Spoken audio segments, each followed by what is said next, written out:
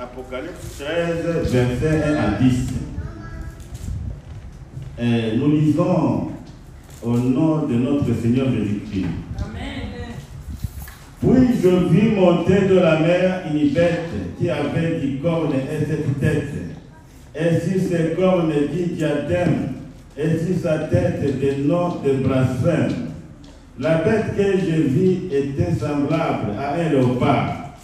Ses pieds étaient comme ceux d'un ours, et sa gueule comme une gueule de lion.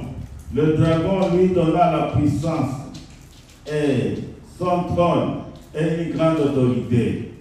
Je vis l'une de ses têtes comme blessée à mort, mais sa blessure mortelle fut guérie, et toute la terre était dans l'admiration derrière la bête. Et ils adoraient le dragon, parce qu'il avait donné l'autorité à la bête. Ils adoraient la bête en disant, qui est semblable à la bête et qui peut combattre contre elle. Et il lui fit donner une bouche qui proférait des paroles arrogantes et des blasphèmes.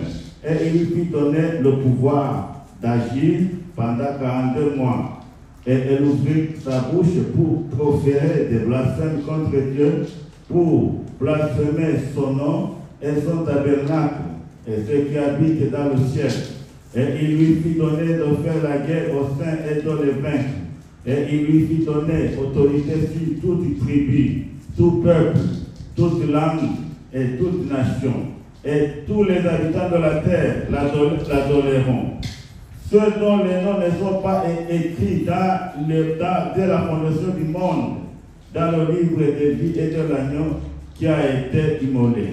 Si quelqu'un a des oreilles qui entendent, si quelqu'un mène en captivité, il ira en captivité. Si quelqu'un tue par l'épée, il faut qu'il soit tué par l'épée.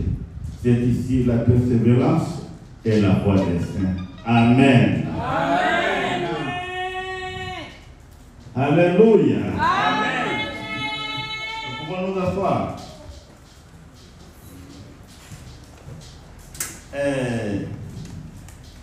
Nous abordons aujourd'hui le chapitre 13, qui est un des plus saisissants de la Bible, de l'Apocalypse. Le chapitre 13 est aussi l'un des chapitres les plus difficiles de la Bible. Beaucoup de gens ont commenté l'Apocalypse 13, mais tous les commentateurs ne sont pas arrivés à un consensus. Chacun a compris l'Apocalypse 13 de sa façon. Et si je me tiens devant vous aussi en face de l'Apocalypse 13, je ne prétends pas comprendre les tenants et les aboutissants de ce chapitre. Mais je crois qu'avec l'aide du Saint-Esprit, nous allons essayer de comprendre de quoi il s'agit. L'apôtre Jean est toujours dans la sphère de la révélation. Il voit, il regarde et il observe. Et subitement dans la révélation, il a une vision. Il voit deux bêtes. Une bête qui sort de la mer et une autre bête qui sort de la terre. Alors, si nous lisons au chapitre 10 de l'Apocalypse, je ne me rappelle pas bien le verset, nous allons voir que nous voyons que l'ange puissant était sorti, il a mis son pied dans la mer, le pied droit dans la mer, et il avait mis aussi le pied gauche sur la terre. C'était comme pour aller réveiller le diable et tous ses démons. Alors, si dans ce chapitre 13, nous avons une révélation spéciale, comme nous lisons la Sainte Trinité dans la Bible, la Trinité de Dieu, ici aussi nous avons la Trinité satanique, qui est composée de 3 éléments. Il y a d'abord le dragon, qui commande et qui donne le pouvoir et l'autorité, et à la première bête et à la deuxième bête. Alors, il y a le dragon qui symbolise Satan. Il y a la bête qui sort de la mer et la bête qui sort de la terre. Aujourd'hui, je vais m'attarder sur la première bête et ses caractéristiques. La première bête qui sort de la mer. La bête qui sort de la mer a 10 cornes, 10 têtes et 10 cornes. Ces 10 têtes et 10 cornes qui symbolisent la méchanceté et la séduction. Et il faut dire ici que toute bête dans l'Apocalypse est l'incarnation du mal, à l'exception de l'agneau de Dieu qui ôte le péché du monde. Ici, nous avons l'histoire de la bête. La bête, c'est quelque chose ou une créature qui tue, une créature qui blesse, une créature qui ne fait pas bien aux êtres humains. Quand tu rencontres une bête dans la forêt, il y a déjà rencontré une bête dans la forêt. Quand tu rencontres une bête dans la forêt, qu'est-ce que tu fais? Tu dois courir, tu dois fuir. Parce que si tu ne cours pas, la bête va te dévorer. Alors la bête dans l'Apocalypse est l'incarnation de toute puissance maléfique. Toute puissance maléfique qui symbolise pas seulement une bête physique, mais aussi un système mondial. Alors, la première bête que nous allons considérer a 7 têtes et 10 cornes, comme je viens de le dire, qui symbolise la méchanceté et la séduction. Les 10 cornes sont aussi le symbole de la capacité de blesser, faire le mal et tuer. Alors, comment comprendre cette bête qui a 7 têtes et 10 cornes? Vous voyez, la Bible s'interprète par la Bible. Le premier prophète qui a parlé de la bête, c'est le prophète Daniel. Je vous donne un devoir à domicile. Vous allez lire Daniel 7. C'est Daniel qui le premier a donné l'interprétation de cette bête et qui a 7 têtes et 10 cornes. Alors, dans l'Apocalypse aussi, Jean a repris l'interprétation de Daniel dans Apocalypse 17, 9 à 14. Que quelqu'un nous lise Apocalypse 7, 9 à 14. Apocalypse 9, 7 à 14. 7, 9 à 14. 17, 9 à 14. Alors là, nous allons écouter l'interprétation que l'apôtre Jean donne à la bête aux 7 têtes et aux 10 cornes. Lui aussi, il a emprunté ça dans le prophète Daniel, chapitre 7. Lisons celui qui a trouvé qu'il nous lise. Apocalypse 17, 9, 14, nous dit ceci. Non, 17. Oui, 17, 9, 14, nous dit ceci.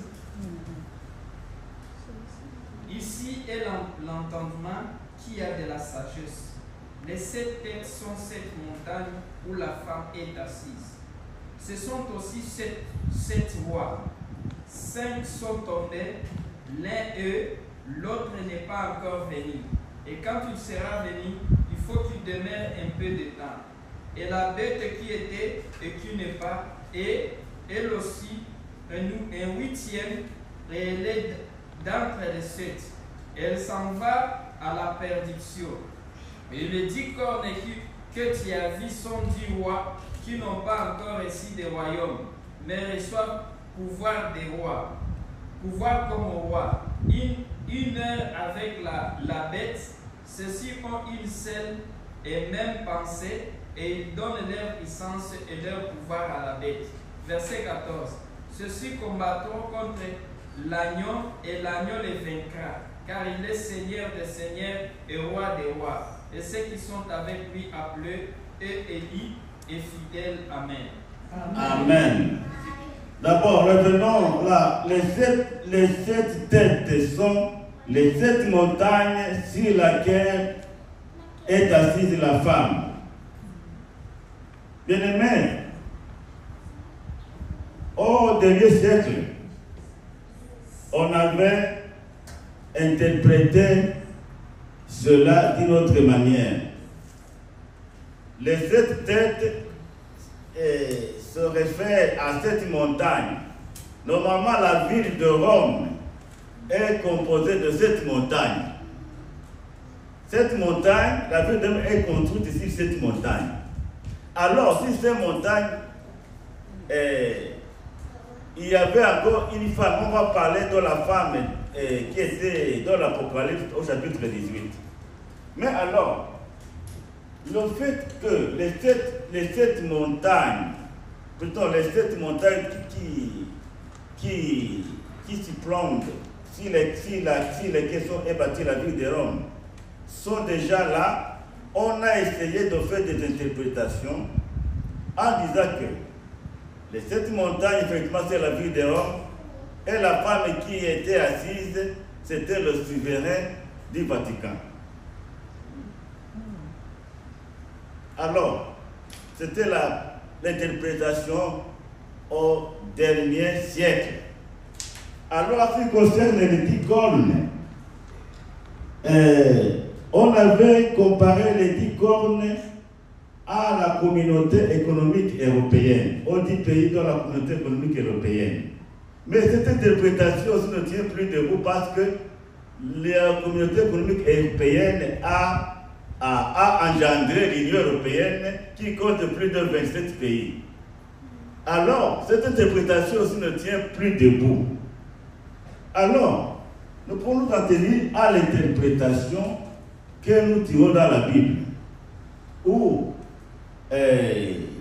l'apôtre Jean compare les 7 têtes aux 7 empires qui se sont succédés au cours de l'histoire. Ce sont les 7 têtes qui peuvent se référer aux 7 empereurs. Lesquels empereurs et lesquels empires ont persécuté les chrétiens. Après l'ascension du Christ, la persécution a commencé. Et pendant les 3 derniers siècles, il y a eu beaucoup d'empereurs qui ont persécuté l'Église. Alors, on les compare aux 7 têtes. Il y a encore 10 cornes. Les 10 cornes ne représentent plus les pays de la communauté économique européenne, parce que maintenant nous comptons 23 membres de l'Union européenne. Alors cette interprétation ne tient pas debout. Mais d'abord, dans l'Apocalypse 17, nous avons lu que les 10 cornes symbolisent aussi 10. Ça symbolise quoi? Ça symbolise 10 rois. Il y a ceux qui sont passés, mais il y a encore ceux qui vont encore arriver. Et si tu réfléchis bien sur Apocalypse 17, tu vas voir que beaucoup de rois ont déjà passé. Il reste quelques 2 ou 3 rois seulement. Et pour ce qui concerne les empires, il reste peut-être un empire ou 2 seulement. Alors, ce qui nous pousse aussi à dire que le retour du Christ est proche, plus près de nous que lorsque nous avons cru. Alors, il s'était pour essayer de comprendre un peu la notion des 7 têtes et des 10 cornes. Les 10 cornes sont des rois. Des rois auxquels la bête ou bien le dragon a donné le pouvoir et l'autorité. Donc faire le mal au peuple de Dieu, donc persécuter le peuple de Dieu. Et les bêtes, ce sont des empires qui ont persécuté l'Église et qui se sont succédés au cours de l'histoire. Alors, revenons à notre texte. La première bête, nous pouvons la comparer à la bête de Satan. Car le dragon qui est Satan lui a donné la puissance, le trône et une grande autorité. Ainsi, la bête représente les puissances mauvaises qui, à toutes les époques, sont opposées à Dieu et à son Église. Bienvenue dans le Seigneur. Toute personne qui s'oppose à Dieu devient aussi une bête. C'est-à-dire que les bêtes ici ne sont pas des bêtes physiques. Ce ne sont pas des bêtes physiques. Les bêtes ici dans l'Apocalypse, ce sont des personnes, des rois, des autorités qui se sont opposés à Dieu, à l'œuvre de Dieu tout au long de l'histoire. Les chefs politiques qui ont persécuté l'Église ou bien qui ont favorisé la persécution de l'Église et qui ont combattu le règne de Dieu ici sur terre. Alors, ce sont des notions que nous pouvons comprendre, que nous devons comprendre si nous voulons bien comprendre vraiment ce chapitre de l'Apocalypse. Ainsi, la bête représente la puissance mauvaise qui, à toutes les époques, se sont opposés à Dieu et à son Église. Alors, il y a un moment donné, un chef, une tête, comme nous venons de le lire, a été blessé. Je crois que c'était en 1968 où on avait tiré sur le pape. Alors lorsqu'on avait tiré sur le pape, les gens ont crié que la bête maintenant a été blessée. Comment est-ce que c'était ça ou quoi? Mais les gens avaient le droit de penser, parce que le pape a été blessé et le pape était guéri. La blessure ne l'a pas fait succomber. Il a été blessé mortellement, mais le souverain pontife a été guéri miraculeusement. Et là, je voudrais souligner cet aspect. Alors, comme les gens n'avaient plus d'espoir, ne pensaient plus à Dieu, ils voulaient quand même quelqu'un d'autre qui pourrait les occuper. Alors, avec la blessure qui fut guérie miraculeusement, tout le monde a admiré. Parce qu'il était guéri par miracle. Et ils ont dit, qui est comme toi et qui peut te combattre? Le miracle. Alors, toute la terre a suivi la bête. Bien-aimés dans le Seigneur, ici je voudrais souligner un point, le miracle. Les gens de la terre qui n'ont pas voulu adorer Dieu, qui avaient abandonné Dieu, ont commencé à admirer la bête qui avait été blessée et qui était guérie. Alors, nous devons faire attention. Alors, les gens de cette époque ont vu en cette guérison un miracle qu'ils n'ont pas attribué à Dieu, parce que c'était des gens qui combattaient d'ailleurs Dieu. Ils avaient refusé de croire en Dieu. Ils ont admiré, ils ont commencé à admirer la bête. Et toute la terre a suivi la bête. Toute la terre, ça veut dire quoi? Les gens qui restaient, qui étaient sur la terre à ce moment, ont suivi la bête à cause de ce miracle de guérison. Ici, je m'en vais souligner un peu le mot miracle. Aujourd'hui, tout le monde cherche des miracles. Même les chrétiens cherchent les miracles. Quand les chrétiens d'aujourd'hui écoutent qu'il y a un miracle, il y a quelqu'un qui fait des miracles quelque part, tout le monde court pour aller voir les miracles. Et pourtant, les miracles ne sont pas destinés aux chrétiens. les miracles sont destinés aux incrédules. C'est ce que nous dit la parole. Nous aimons toujours les miracles, mais souvent ce sont des miracles mensongers. Quand quelqu'un vient avec les miracles, il amène tout le monde avec lui. Tout le monde afflue vers lui pour aller voir les miracles. Est-ce que tu sais d'où viennent ces miracles? Jésus avait mis ses disciples et l'Église en garde et a appelé les miracles de la fin des temps des miracles mensongers. Qui ne peut ne pas aller voir les miracles? Quand quelqu'un s'arrête et commence à ressusciter les morts, tu vas rester dans ta maison pour ne pas aller regarder. Hein? Bon, on sait pourquoi Jésus dit, quand on vous dira, Christ est là, n'y allez pas. Parce que l'apôtre ne nous dit pas que Christ va venir se cacher dans une maison. Nous vivons les derniers temps. Et nous devons nous méfier de tout ce qui s'appelle miracles. Souvent, ce sont des miracles diaboliques. Nous trouvons des miracles dans la Bible. Quand les apôtres prêchaient, remplis du Saint-Esprit, il y a des miracles de Dieu qui se sont opérés. Paul a ressuscité les morts. Pierre a ressuscité les morts. Même les gens qui étaient malades venaient avec leur mouchoir seulement pour déposer ça sur les corps de Pierre, et tous les malades qui pouvaient être en contact de ces mouchoirs étaient guéris.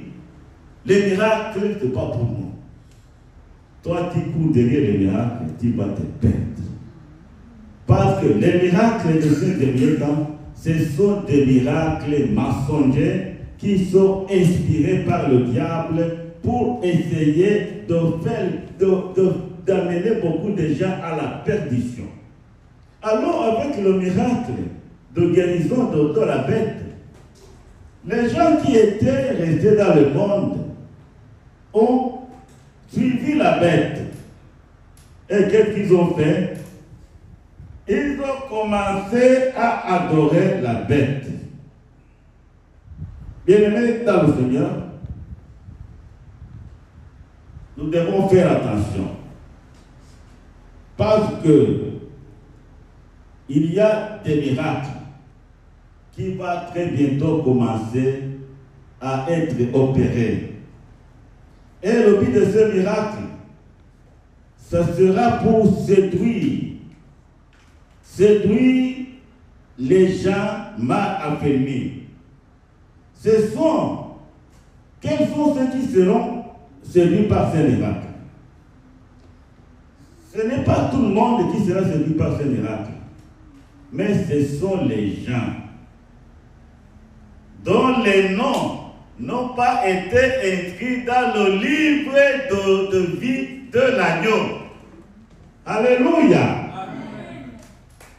Les noms qui ne sont pas inscrits dans le livre de l'agneau. Venez dans le Seigneur.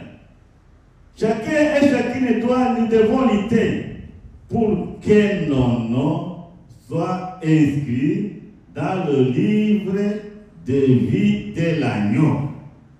Et si je m'en vais un peu vous décourager, parce que ce ne sont pas tous les noms qui sont inscrits dans le livre de l'agneau de Dieu.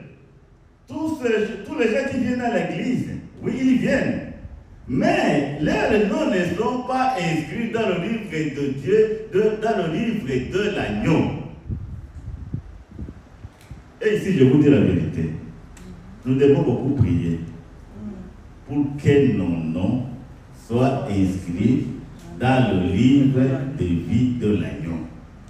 Alors, ici, il ne s'agit pas des chrétiens. Parce que ce monde et beaucoup d'églises sont remplis de chrétiens de nom. Chrétiens de nom. Quand je parle de chrétiens de nom, je fais allusion à toute personne qui vient à l'église, mais qui n'a pas été né de nouveau. Alléluia. Amen. Jésus dit à Nicodème, Si quelqu'un ne naît dans l'esprit, il ne peut pas entrer dans le royaume de Dieu. Parce que ce qui est né dans la chair est chair, et ce qui est né dans l'esprit est esprit. La nouvelle naissance est indispensable. C'est la nouvelle naissance qui constitue la clé, qui nous ouvre la porte du royaume de Dieu.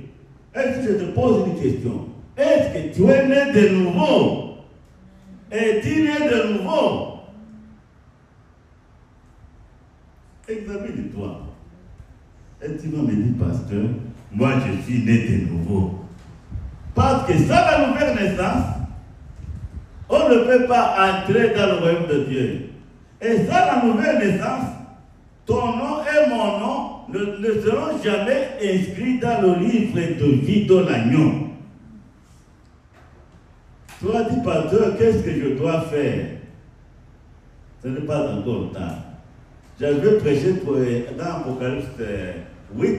Dieu nous donne à chacun de nous une demi-heure, 30 minutes. Alléluia. Amen. Ce sont des 30 minutes à exploiter au maximum. 30 minutes. J'avais dit que ça construit combien de jours? Qui se rappelle? 30 minutes dans les calculs de Dieu, c'est combien? 30 minutes dans les calculs de Dieu.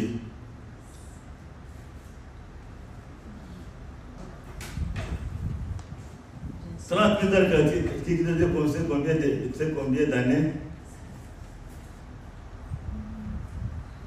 Combien d'années? Pourtant on a vu ça.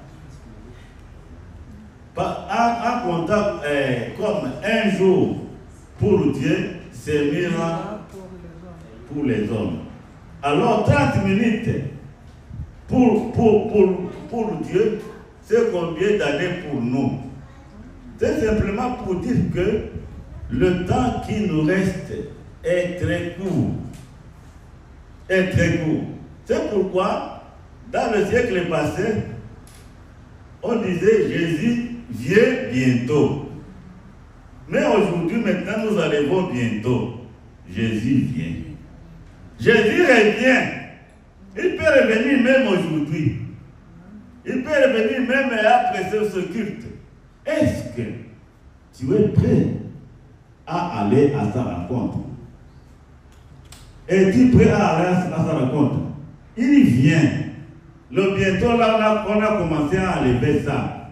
Il vient maintenant. Parce qu'il a donné 30 minutes. Une dernière pour se préparer. Et je ne cite pas là-bas, mais ce que je voudrais seulement souligner, c'est la nécessité de la nouvelle naissance. C'est la nouvelle naissance qui permet à Jésus de nous inscrire dans le livre de vie. Normalement, quand un enfant naît, qu'est-ce qu'on fait? Quand un enfant naît, on doit l'inscrire à l'état civil et on lui donne un certificat de naissance. Alors, le certificat de naissance d'un chrétien, c'est quoi? C'est le Saint-Esprit. Le chrétien, c'est un certificat de naissance. C'est le baptême, pas seulement le baptême du Saint-Esprit aussi. Parce que les gens disent, si quelqu'un ne naît d'eau et d'esprit, il ne peut entrer dans le royaume de Dieu. Certificat de naissance, de nouvelle naissance, d'abord, a 4 choses. Pour avoir ce certificat de la nouvelle naissance, il faut d'abord croire. Deuxièmement, il faut se repentir. Troisièmement, il faut se convertir. Et quatrièmement, il faut être baptisé d'eau et dans l'esprit. Alors, là, tu as le certificat de la nouvelle naissance et tu peux entrer dans le royaume de Dieu.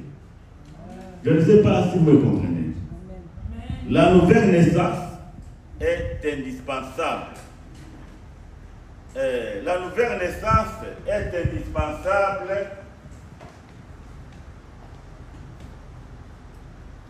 La nouvelle naissance est indispensable pour que nos noms soient inscrits dans le livre de l'agneau. Et nous devons comprendre ça. Alors, ceux qui ne vont pas, qui ne seront pas séduits par la bête, ce sont les gens dont les noms ont été inscrits dans le livre de vie de l'agneau. Nous lisons ça au verset 8. Mais alors, à ce verset 8, nous voyons comment les habitants de la terre qui ont suivi la bête ont commencé à l'adorer. Ici maintenant, c'est l'adoration. Un chrétien né de nouveau ne peut adorer n'importe quoi.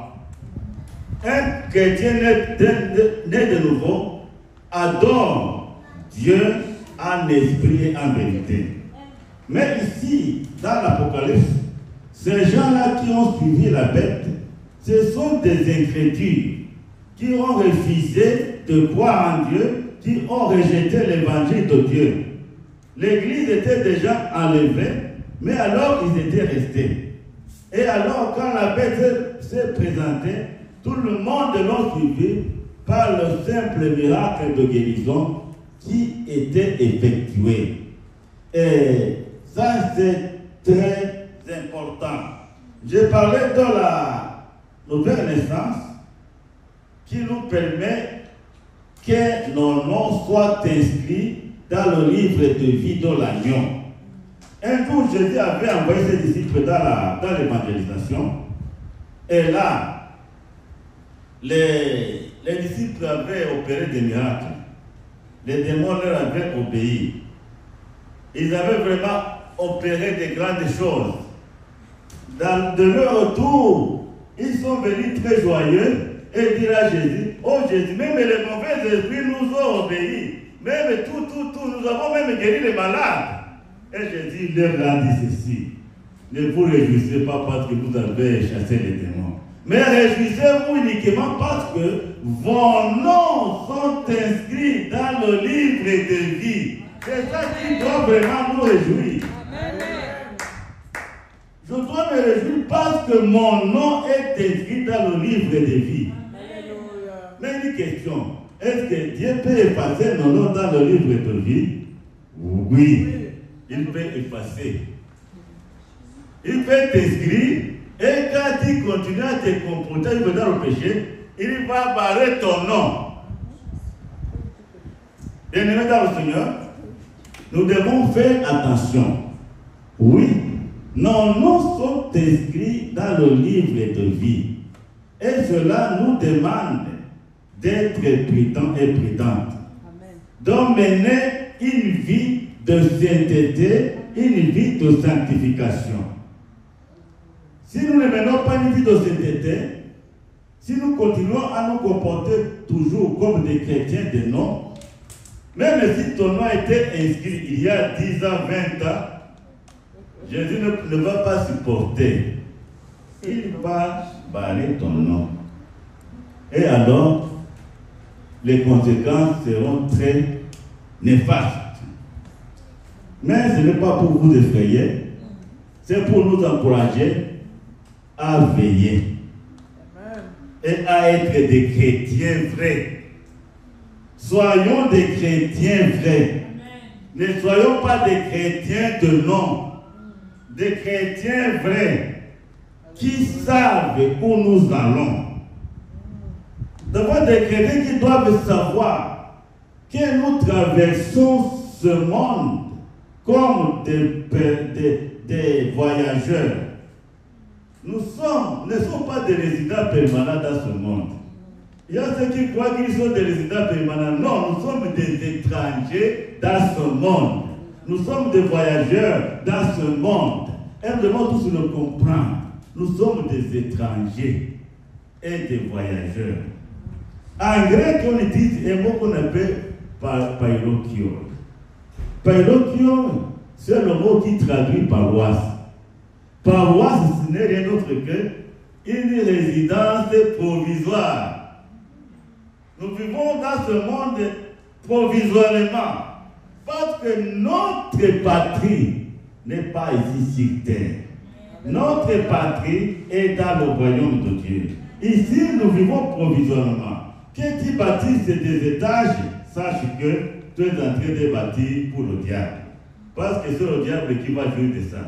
Et tout ce que nous bâtissons sur terre, nous devons bâtir tout ce que nous bâtissons tout en regardant vers le ciel. Notre demeure, notre patrie est là en haut. C'est là où nous allons habiter éternellement. Alors, pour pouvoir être bien accueillis dans le royaume de Dieu, nous devons aussi investir dans les projets du royaume de Dieu. Et ça, c'est très important. Et savoir chaque jour que dans ce monde, nous sommes des étrangers. Nous sommes en train de passer. Quand nous sommes arrivés au Canada, on nous a donné les résidents permanents. C'était pour nous tromper. Nous autres chrétiens, ça nous dit. Notre résidence permanente se trouve au ciel. C'est qui nous donne ça. Et notre résidence est cachée. Notre résidence est cachée dans notre cœur. Ce n'est pas quelque chose de visible, mais c'est lui qui nous donne une résidence permanente.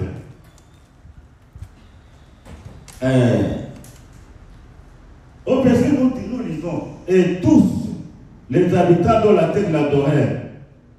En effet, comme cette bête régnera en maître absolu à ce moment-là, quiconque ne lui obéira pas sera tué. Et l'adoration de la bête est fondée, et sera toujours fondée, sur l'influence des esprits séducteurs. Comme nous dit la parole de Dieu dans 1 Timothée 4, verset 1, où il dit, dans les derniers temps, les gens abandonneront la foi pour s'attacher à des esprits séducteurs et à des doctrines des démons. En fait, toute forme d'adoration, de fausse adoration, est toujours influencée par les esprits séducteurs. Les esprits séducteurs ne se voient pas à l'œil nu. Les esprits séducteurs, ce sont des esprits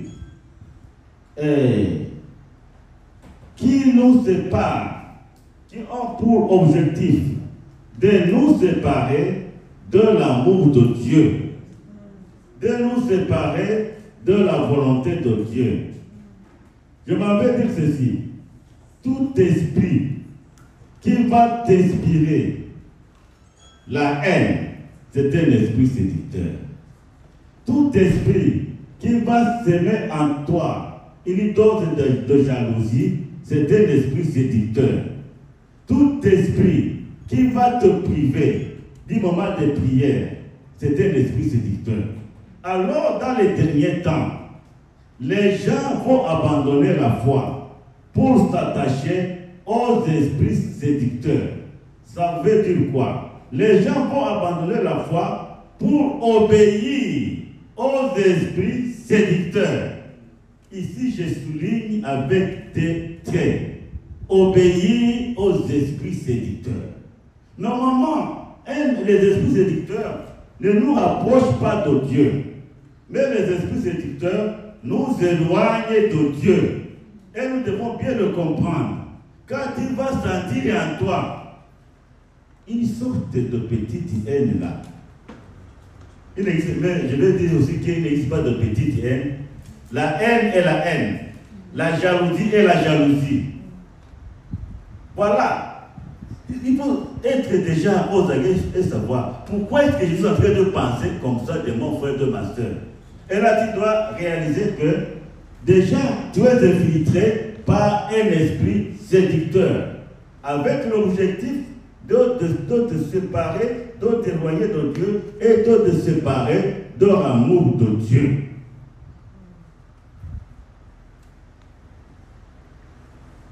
Bon, alors, comme la bête régnant maître absolu, quiconque ne lui obéira pas sera tué.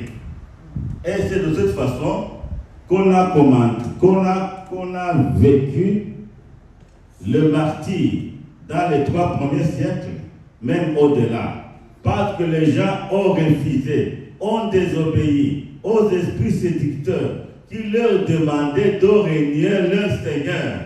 Et quand ils ont désobéi aux esprits séducteurs, alors ils ont été tués. Ils adoraient la bête. Bien-aimés, une humanité qui a rejeté Dieu ne peut échapper à l'adoration de n'importe qui et de n'importe quoi. Dans cette prédication, je ne me rappelle pas quelle date, j'ai parlé de l'adoration, de la fausse adoration. Alors, quand une personne n'adore pas Dieu, abandonne Dieu, il va s'attacher à autre chose. Je vous exhorte à faire attention et à veiller et chaque fois à réfléchir si notre vie chrétienne, à nous déposer la question de savoir si vraiment nous sommes en train d'adorer le Seigneur. Il y a des grands adorateurs et adoratrices physiques qu'on voit dans les églises. Au lieu d'adorer, ils sont devenus des vedettes et des stars. Alors, tous ces stars-là, il faut faire attention. Tous ces stars-là, ce sont les agents dits démons. Est-ce que Jésus a été un star? Jésus a été un star? Jésus a été une vedette? Jésus n'a jamais été un star. Non. Jésus n'a jamais été un star. Parce que Jésus nous dit, moi, je suis venu pour servir et donner ma vie à rançon pour prière. Oh, Jésus n'avait pas été un star. S'il avait été un star dans ce monde, il n'avait pas accepté de monter à la croix pour mourir. Jésus n'a pas été un star. Durant toute sa vie, Jésus a vécu des situations difficiles, la haine du monde et des autorités du monde. Alors, Jésus n'a pas été un star. Mais aujourd'hui, alors, nous devons faire attention. Quand nous voyons un chanteur gospel arriver, nous voulons aller l'acclamer. Est-ce que tu sais ce que tu es en train d'acclamer? Hein?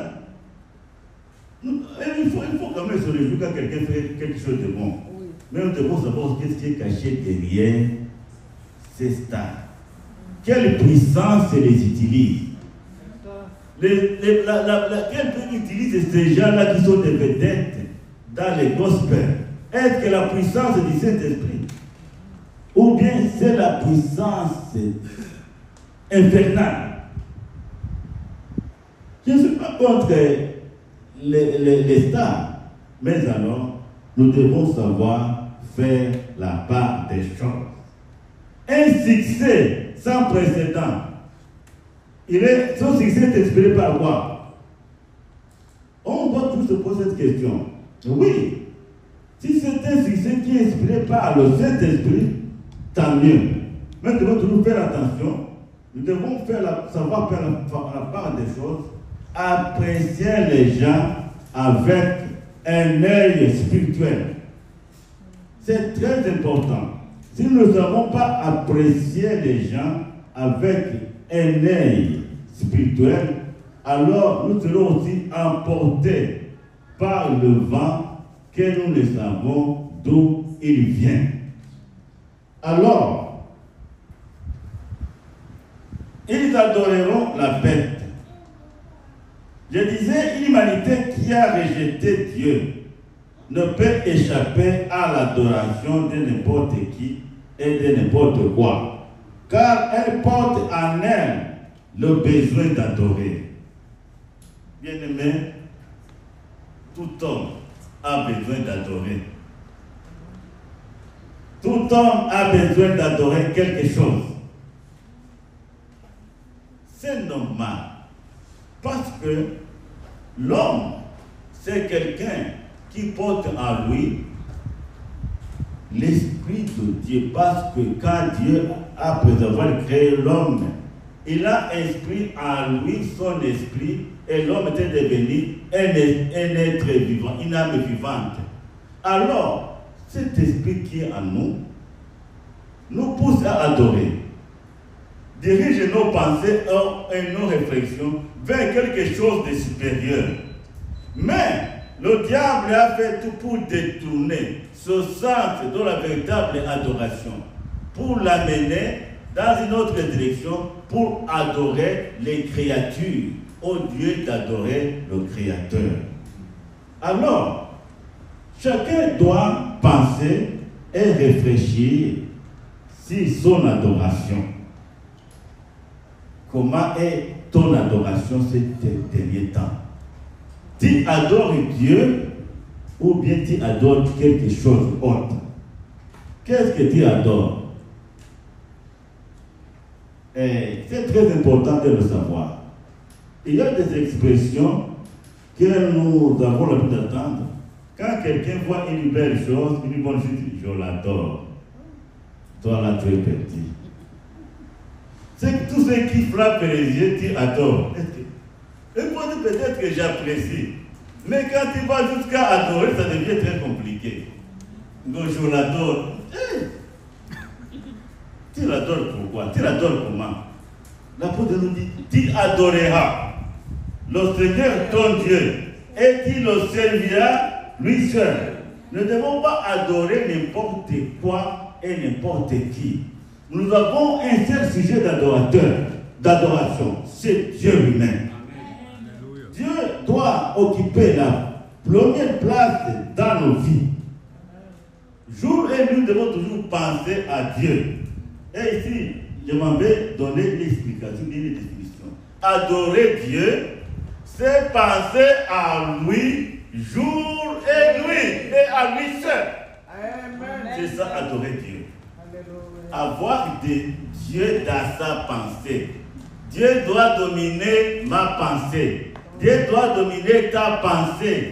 C'est ça la véritable adoration. C'est pourquoi Jésus nous dit dans Jean 4, 24, Dieu est esprit. Et ceux qui l'adorent doivent l'adorer en esprit et en vérité. Adorer Dieu en esprit et en vérité, c'est incarner Dieu dans sa pensée, dans sa vie. Penser toujours Dieu.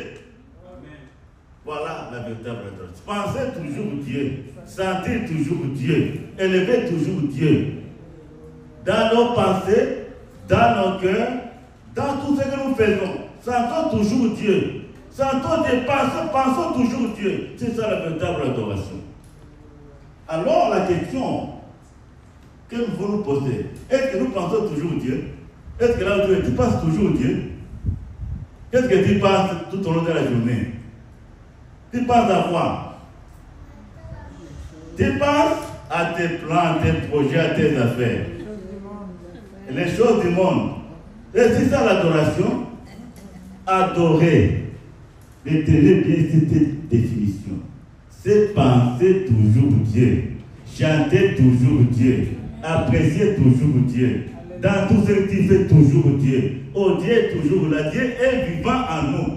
C'est par l'adoration que Dieu demeure vivant en nous. C'est par l'adoration que Dieu peut agir en nous. C'est par l'adoration que Dieu peut se manifester en nous. Et c'est pourquoi nous devons toujours être prêts à recevoir Dieu. Soyons prêts à recevoir Dieu. Amen. Soyons prêts à laisser Dieu nous dominer.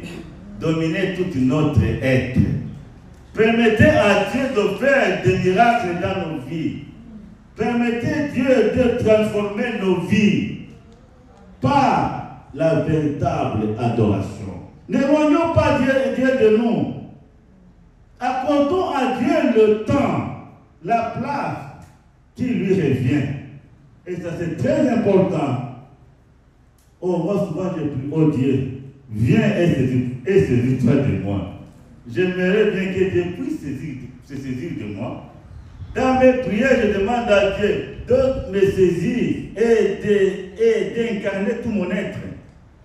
Et cela vient lorsque nous pensons toujours Dieu.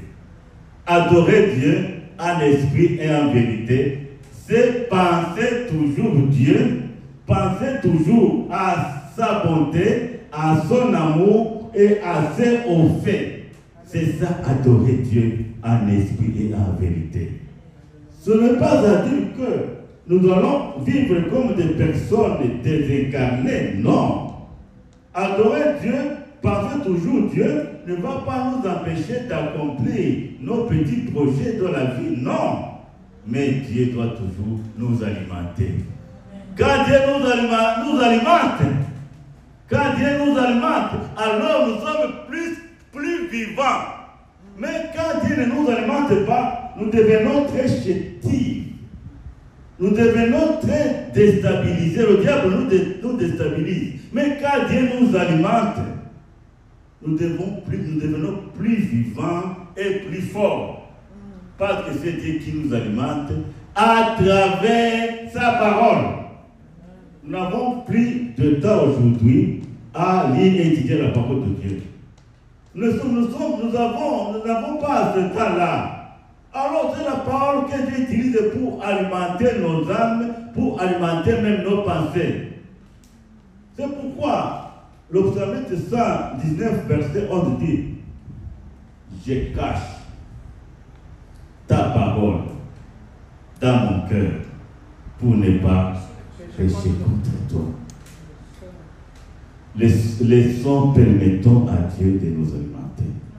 Parce que quand Dieu va nous alimenter par sa parole, nous serons des chrétiens efficaces. Nous serons des chrétiens qui auront un témoignage vivant. Et l'Éternel va nous utiliser.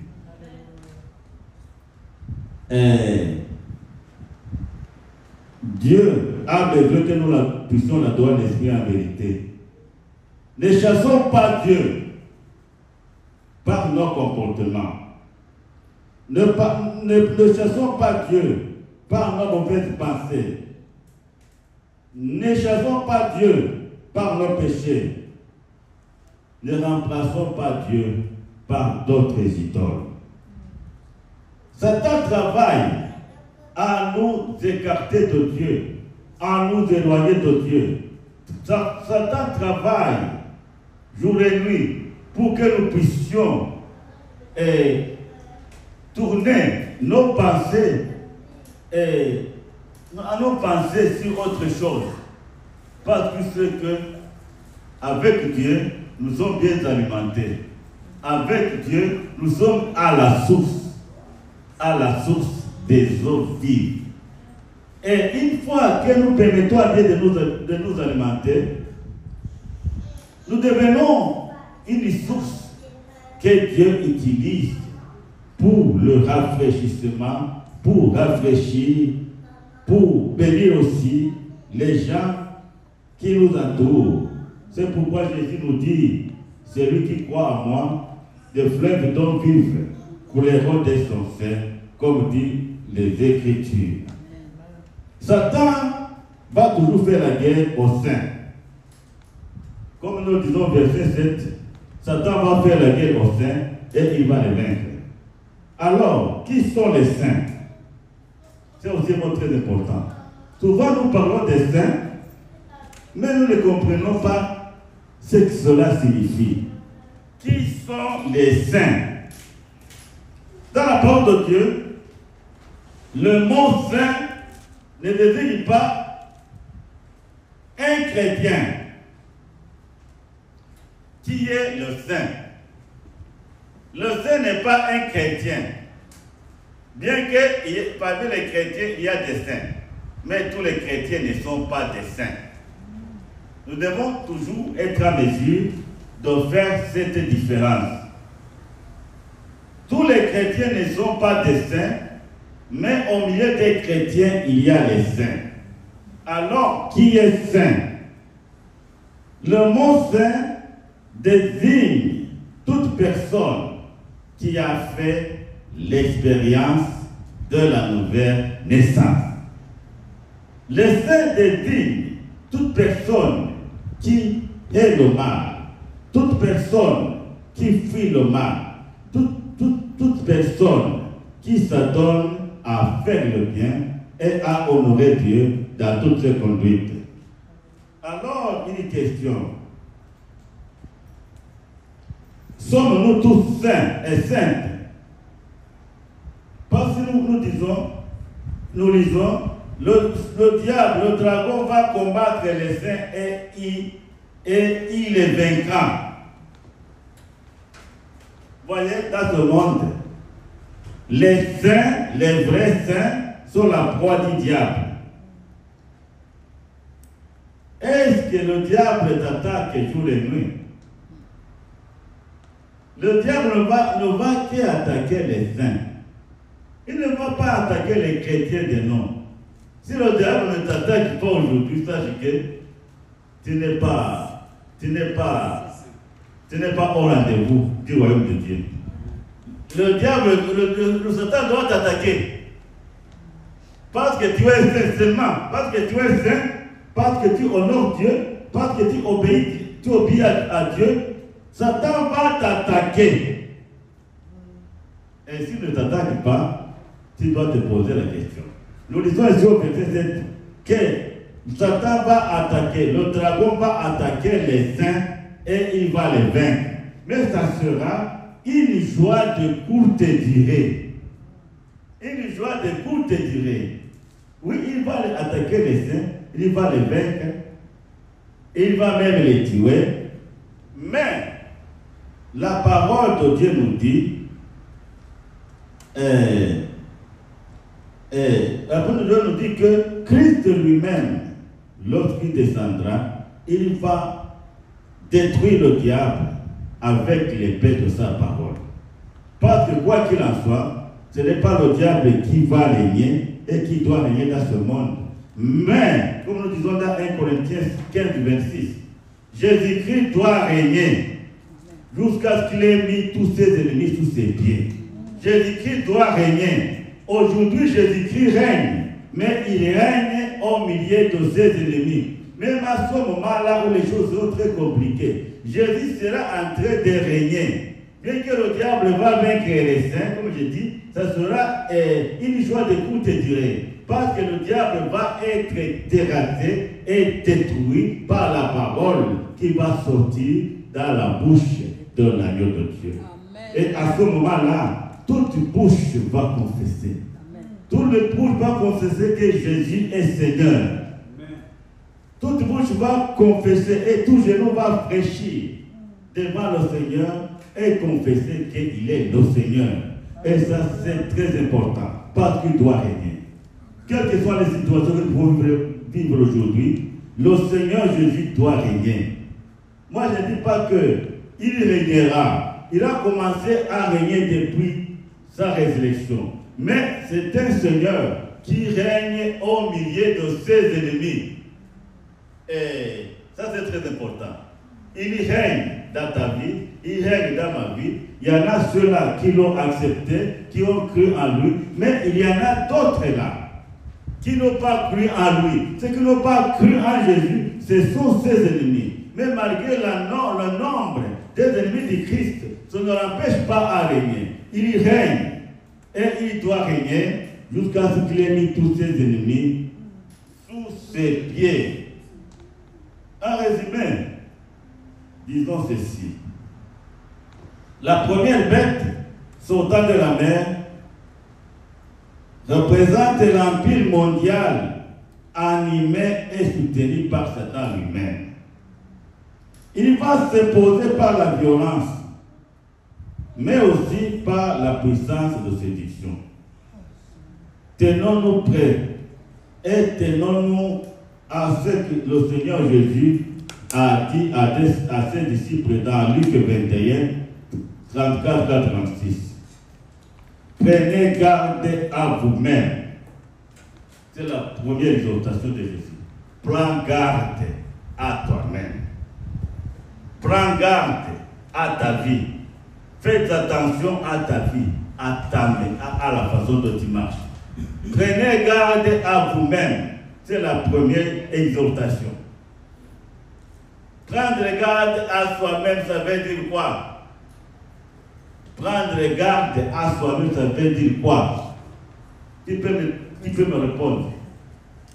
Jésus dit, prenez garde à vous-même. Jésus dit, prenez garde à vous-même, de peur que votre cœur ne devienne insensible. Insensible à quoi? Ne devienne insensible à la parole de Dieu, à l'amour de Dieu.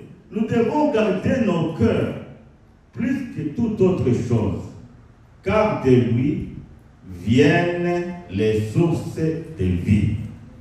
Et Jésus continue en nous disant, de peur que votre cœur ne devienne insensible, oubliez ces excès d'y manger et d'y boire, et des soucis de la vie. Quand on mange beaucoup, on oublie Dieu. Est-ce que j'ai dit vrai? Quand on mange, quand on est trop rassasié, est-ce qu'on peut prier? Non. Hein? Non. Dis pasteur, dis-moi. Que vos cœurs ne deviennent pas insensibles par les excès du manger et du boire. Beaucoup de gens vivent dans les voluptés et disent mangeons et vivons car demain nous mourrons. Oui, demain nous allons mourir, demain tu vas mourir. Et quand tu meurs, tu vas aller où? C'est la question fondamentale, une question de la vie. Quand tu meurs demain, où est-ce que tu iras? Chez Dieu ou à l'enfer? Ce sont des petites questions que nous devons nous poser chaque fois. Et ici, il dit que vos cœurs ne deviennent sensibles au milieu des excès du manger et du boire et des soucis de la vie. Bien aimé, les soucis de la vie sont aussi un agent de Satan qui contribue à nous éloigner de Dieu. Les soucis de la vie. Quels sont tes soucis aujourd'hui? Tu veux devenir riche. Tu veux devenir millionnaire. N'est-ce pas? Oui. Est-ce que devenir riche et millionnaire, c'est mauvais? Non. Qui veut devenir millionnaire? Moi aussi.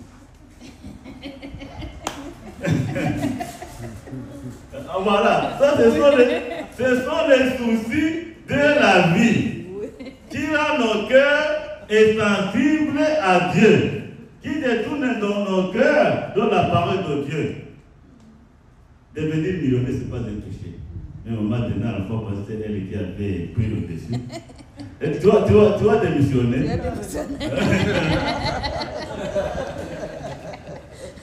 Non, devenir millionnaire, ce n'est pas mauvais. Ce n'est pas mauvais. Voilà, les soucis de la vie nous handicapent. Les soucis de la vie nous handicapent dans notre voyage vers la patrie céleste. Quels sont tes soucis aujourd'hui? Moi, j'ai un souci. J'ai un souci et une prière. J'ai pris souvent que Dieu m'aide pour que je puisse entrer dans le royaume de Dieu. C'est là mon seul souci. Moi, je ne demande pas à Dieu de richesse. Comme Salomon avait prié à Dieu. Dieu lui avait demandé, Salomon, demande-moi ce que tu veux. Et toi, qu'est-ce que tu peux demander aujourd'hui à Dieu?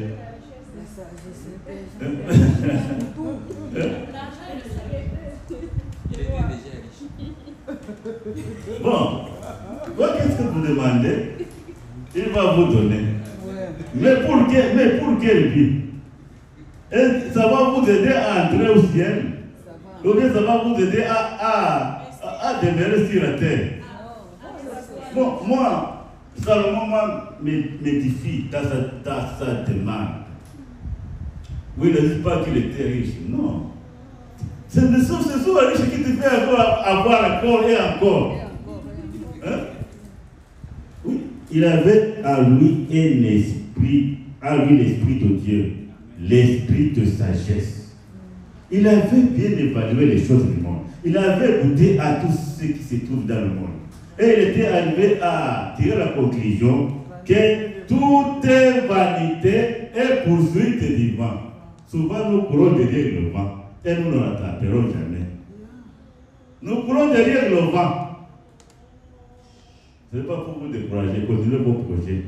Mais vous courez toujours derrière le vent. Derrière le vent, et personne n'arrivera pas à attraper le vent. C'est ça le problème. Vous voyez, c'est très compliqué dans la vie. Alors nous, rester quelque part et nous répondre, non, nous devons travailler, nous devons nous battre pour arriver à nos projets. C'est bon. Mais Salomon va nous décourager en nous disant, mon frère, ma soeur, tout est vanité et poursuite du vent. Que Dieu nous aide. Amen. Salomon a demandé la sagesse. Alors Dieu aussi a répondu favorablement. Il lui a dit, comme tu ne me demandes pas la richesse ni la mort de tes ennemis, je te donne la sagesse et je t'augmente aussi toutes les richesses que tu n'as pas demandées. C'est juste ce que Jésus va nous dire. Cherchez premièrement le royaume de Dieu et toute la justice de Dieu, et les autres choses vous seront augmentées. Oui, être millionnaire, oui. Je vous souhaite tous d'être des millionnaires. Mais d'abord, cherchons d'abord le royaume de Dieu et toute sa justice. Et nous deviendrons des millionnaires. Parce que c'est la promesse de Dieu. Cherchez le royaume de Dieu et toute sa justice, et les autres choses vous seront ajoutées par-dessus. Le point de départ de la prospérité matérielle et spirituelle même, c'est d'abord Dieu. Cherchez d'abord Dieu. Cherchons d'abord Dieu. Cherchons d'abord la justice de Dieu, et toutes les autres choses nous serons ajoutés. Que Dieu nous bénisse. Ne permettons pas aux soucis de la vie de nous détourner des vraies richesses. Alors Jésus continue en disant, et que le jour ne fonde pas sur vous à l'improviste. Et il ajoute une phrase importante. Nous sommes dans Luc 21, 34, 36. Restez donc en éveil. Restez donc en éveil. Rester en éveil signifie le réveil spirituel. Vivons toujours en permanence dans le réveil spirituel. Nous parlons souvent de réveil spirituel, mais ça devient ces derniers temps comme un mot là que nous ne comprenons pas. Le réveil spirituel doit être en permanence dans nos vies. Nous devons faire toujours un réveil spirituel permanent. Et Jésus le souligne par cette courte expression, soyez toujours en éveil. Soyez toujours dans un réveil spirituel permanent. Et enfin, il dit, priez en tout temps. Dans la vie chrétienne, la prière devrait être notre priorité. Prière comme priorité du chrétien. Priez toujours en tout temps. Une petite question que doit se poser. Est-ce que la prière est une priorité dans ma vie, dans ta vie? Mais Jésus dit prier en tout temps. Ce qui souligne la priorité. La prière est comme priorité. Oh, ce n'est pas à dire que tu vas passer là toute la journée à genoux. L'apôtre Paul dit prier sans cesse. Tu peux même prier en marchant. Tu peux même prier en vaquant à d'autres activités. Mais Jésus nous dit, priez en tout temps. Et ça, c'est très important. Priez en tout temps, afin d'avoir la force. Afin d'avoir la force. Alléluia. Amen. Priez en tout temps, afin d'avoir la force. Nous sommes toujours des chrétiens faibles, des chrétiens impuissants, des chrétiens incapables. Parce que nous ne prions pas. Nous ne prions pas en tout temps. Ça, c'est très important. Priez en tout temps afin d'avoir la force. Tu veux la force, veux-tu la force de Dieu? Veux-tu la puissance de Dieu? Commence dès aujourd'hui à prier en tout temps afin d'avoir la force d'échapper à tous ces événements et vous présenter devant le Fils de l'homme sans peur ni regret. Bien-aimés dans le Seigneur, j'arrive à la fin de mon court message. Nous avons parlé de la bête, de la trinité satanique, composée du dragon qui symbolise Satan, de la bête qui sort de la mer. Nous avons insisté à la bête qui sort de la mer, qui a 7 têtes et 10 cornes. Nous avons dit que les 7 têtes, ce sont des empires, des empereurs qui se sont succédés au cours de l'histoire. Alors que les 7 cornes, ce sont des rois qui vont aussi se succéder. En lisant Apocalypse 17, verset 9 à 14, nous avons une explication qui nous montre qui sont les 10 rois. Et le diable peut aussi donner à ces 10 rois la force, l'autorité et la puissance pour combattre Dieu, pour combattre l'Église de Dieu. Mais l'Église de Dieu ne sera pas toujours vaincue parce que Dieu, Seigneur Jésus, est le roi des rois et le Seigneur des seigneurs. Nous avons vu que quand la bête qui sera blessée va se rétablir miraculeusement, que la terre entière va suivre la bête. La terre va suivre la bête et le monde entier va adorer la bête. Alors nous avons dit que ce sont ceux-là qui vont adorer la bête. Ce sont des gens qui n'ont pas fait l'expérience de la nouvelle naissance. Mais pour les gens qui ont fait l'expérience de la nouvelle naissance, ils ne vont pas adorer la bête. Ils vont refuser, ils vont désobéir et la bête va les tuer. Ce sont les martyrs que nous entendons souvent dans la Bible. Alors, j'ai aussi souligné et relevé quelques mots. J'ai parlé des saints. Tous les chrétiens ne sont pas saints, mais au milieu des chrétiens, il y a des saints. Et les saints, ce sont tous ces gens-là qui ont fait l'expérience de la nouvelle naissance, qui mènent une vie de sanctification. Ce sont là les saints. Ce sont ces saints-là qui ont les noms inscrits dans le livre de vie de l'agneau. Ceux qui ont fait l'expérience de la nouvelle naissance, qui sont nés de l'eau et de l'esprit, ce sont tous ceux-là dont les noms sont inscrits dans le livre de Dieu, dans le livre de l'agneau. J'ai parlé aussi de quoi encore? J'ai parlé des saints, j'ai parlé encore de quoi? Rappelez-moi si vous m'avez suivi. J'ai parlé des saints, j'ai parlé encore de quoi d'autre? Bon, je vais un peu tricher. J'ai parlé des saints.